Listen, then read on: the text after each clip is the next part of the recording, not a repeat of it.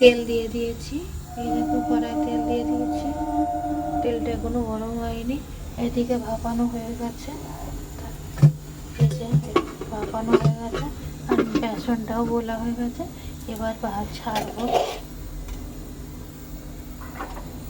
সবটাই দেখাবো। যে তেলটা গরম হচ্ছে,